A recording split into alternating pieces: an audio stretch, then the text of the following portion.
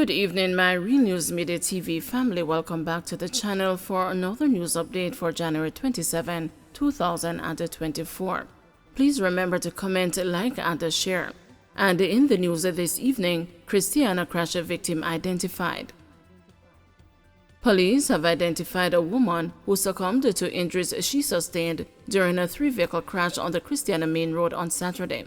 Police named her as Karen Taylor, 37, a resident and a bar operator of Ballynor District in Manchester. A police report said about 8:30 a.m., Taylor was driving a Suzuki Baleno motorcar northbound towards Christiana when a Toyota Mark X traveling at excessive speed collided with her vehicle. Police said the Mark X spun out of control and collided with a Honda CR-V, which was traveling behind the Suzuki. Taylor was pinned in the Suzuki and had to be removed from the vehicle by firefighters. She was taken to hospital and pronounced dead. 4 men who were traveling in the Mark X and another woman who was driving the Honda CR-V received minor injuries. St. Catherine man allegedly abducts ex-girlfriend at gunpoint. Charges have been laid against a 28-year-old man after he allegedly abducted his ex-girlfriend on St. John's Road, St. Catherine, on Friday, January 19. Charged is Nigel Pusey, a car washer of Red Pond District, Fraser's Content in the parish. He was charged with possession of prohibited weapons, assault at the common law, abduction, and malicious destruction of property. Reports from the Spanish Town Police are that about 6:20 p.m., Pusey went to the home of a woman he had a relationship with and allegedly smashed her windows and cut her light wires. He allegedly later approached the woman, who was on her way home from work, and pointed a firearm at her before instructing her to get into his vehicle. Pusey then reportedly drove to a petrol station in the area where he stopped to get petrol.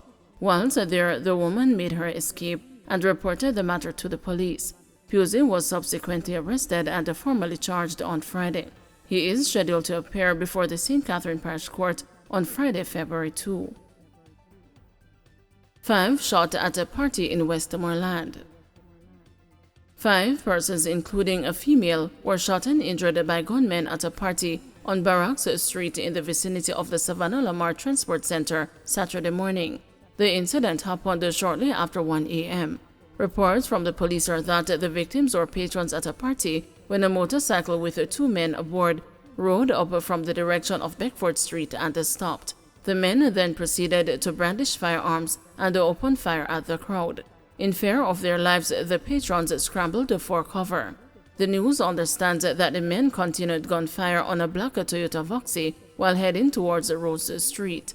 The vehicle, the police said, was leaving the plaza located next door to the event being held. The men aboard the Voxy, in a bid to escape, drove to the Savannah Lamar police station. The gunmen made their escape on the motorcycle shortly after. When the shooting subsided, 5 persons were found suffering from gunshot wounds to their leg, arm, thigh, elbow, lower right side, and back. The injured persons were rushed to hospital where they are undergoing treatment. Meanwhile, the windscreen and rear right glass of the Toyota Voxy were damaged in the shooting. Investigations are ongoing. Truck overturns on Spurtree Hill. The driver of a truck narrowly escaped a serious injury after the heavy unit overturned on the Spurtree Hill main road on Saturday. Residents told the news that about 10 a.m., the truck laden with tiles and other supplies was traveling down Spurtree Hill when the driver lost the control of the unit, resulting in it going off-road and overturning. The top of the truck was ripped open as a result of the crash. The driver managed to climb out of the vehicle. This is the 3rd crash on Spurtree Hill since the start of the year. On January 15, a policeman was injured following an oil spill-induced multi-vehicle crash on Spurtree Hill. On January 9, 2 occupants of a truck transporting steel narrowly escaped the injuries after the unit crashed into a jerk center. The accident-prone Spurtree Main Road links Mandeville and its environ to St. Elizabeth and the Points West. Heavily laden, slow-moving trucks often hinder traffic on the steep, difficult hill, and there have been a number of fatal crashes involving trucks over the years. PNP calls for halt of fertilizer distribution over vote buying concerns. The opposition People's National Party is calling for an immediate halt to the government's fertilizer distribution program and for a thorough audit to be done amid concerns it is being used for vote buying ahead of local government elections. The call was made by opposition spokesperson on agriculture, Dr. Dayton Campbell, in a media release on Saturday. Campbell claimed that significant quantities of fertilizer were distributed to political representatives of the ruling Jamaica Labour Party last night in Westmoreland. If these bags of fertilizer are indeed from those previously announced by the Agriculture Minister for the most needy and qualified farmers through approved agencies like RADA, concerns arise over why JLP political representatives are receiving government-procured fertilizers by the truckload, especially during nighttime, Campbell said.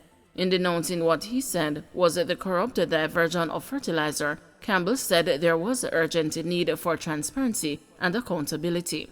As the nation approaches this critical election, the PNP remains steadfast in its commitment to ensuring a fair and just electoral process.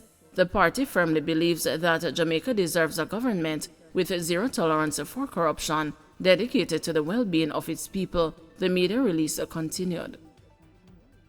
Residents fleeing deadly violence in parts of St. Andrews Southwest. Dr. Angela Brown-Burke, MP for St. Andrews Southwest, is urging the government to review its approach to the management of crime after 3 women were killed in close proximity to security checkpoints in the constituency over the last few months. 2 of the murders occurred in Greenwich Town, while the latest took place in Whitfield Town on Wednesday night. Letitia Vassell, who was described as a jovial resident of the community, was shot by unknown assailants. Residents say there is a long-standing violent conflict in the area. Dr. Brown-Burke told the news that the sense of security that the checkpoints were expected to provide have been shattered by the killing of the women. Dr. Brown-Burke says that the security measures in place to protect the citizens are not working. She is calling for a strategic plan to deal with the gangs in the communities. Fearful residents have been migrating from Whitfield Town in response to the spate of murders. Others also left the constituency after the murders in Greenwich Town. It creates a greater sense of not being safe in your community and in your home. I think it also affects people's confidence in what the police are able to do since they are right there. I remember the one before, one of the soldiers just drop a gun and run. You know, it was as bad as that. So now this was a young lady. Before that, it was some seniors, including an older lady. Before that, it was an older lady in front of her children and grandchildren. I believe that what has to be clear, it has been clear to many of us in this society, but what now has to be clear to the Commissioner of Police, the Minister of National Security, and the Prime Minister is that this plan that they have just simply is not working, and it is time for something else to be done. We are coming up to elections, so we know that there are going to be a million promises. I'm always reminded after an election, and we spoke about leaving our windows and doors open, that the response coming from the Jamaica Labour Party is that it was a campaign promise. So we know we can put no store by any promise that is made now. But honestly, for the safety of the members in our community, we have to do something different. One resident said that since Wednesday's murder of Miss Vassell, she has been making preparations to leave her home. Feel how I'm afraid. I can't even go work. I plan now, so I go move. We not stay around, just around us a mash up. Other people call her mother and go move her sister, everybody. Whole heap more people move from Boya. The whole up there, so 3 yard up there, so empty from the warrior gone.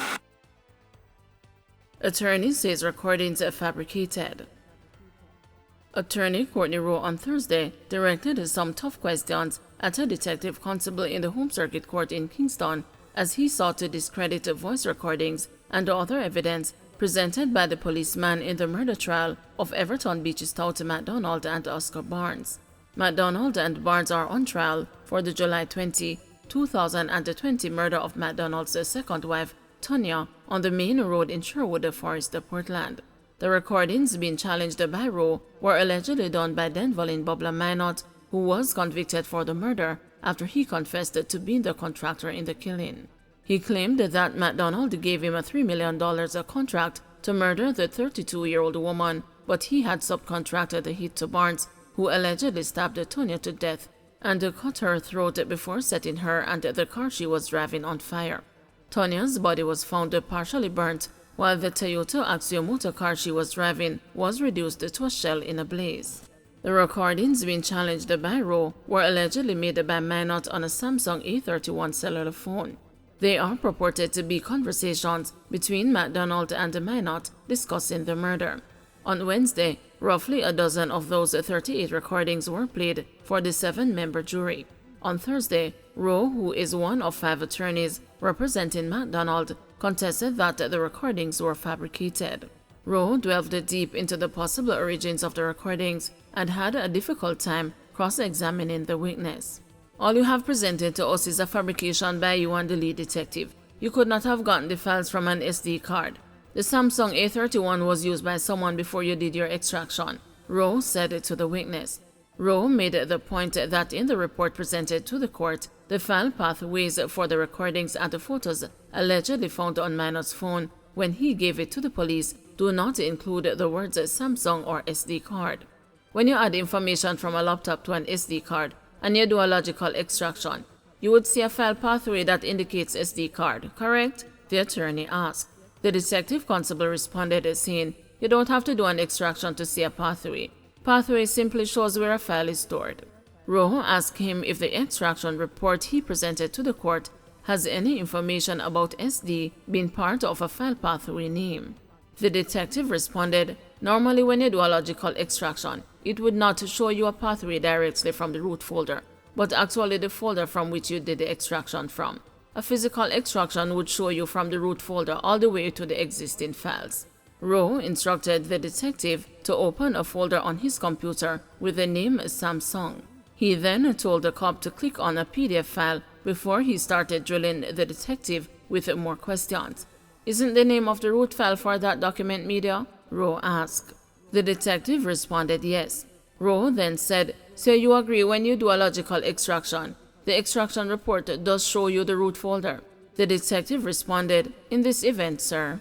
Rowe then asked him if he agreed that in the file pathways there is no information about anything relating to a Samsung A31 or SD card, which the recordings and the photos were allegedly found on. The detective said, I don't see that information there, sir.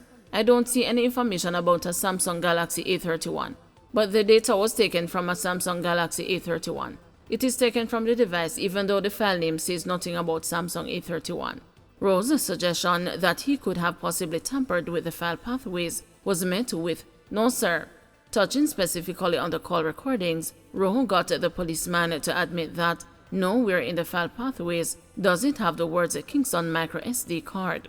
He again made the point that it was the defense's view that the recordings, which all bear the name SIM1, were fabricated.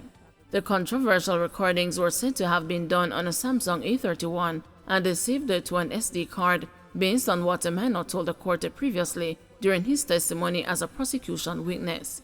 The other attorneys representing McDonald are Earl Hamilton, Christopher Townsend, Ryan John Paul Hamilton, and John Jacobs. The attorneys representing Barnes are Ernest Davis and Vincent Wellesley.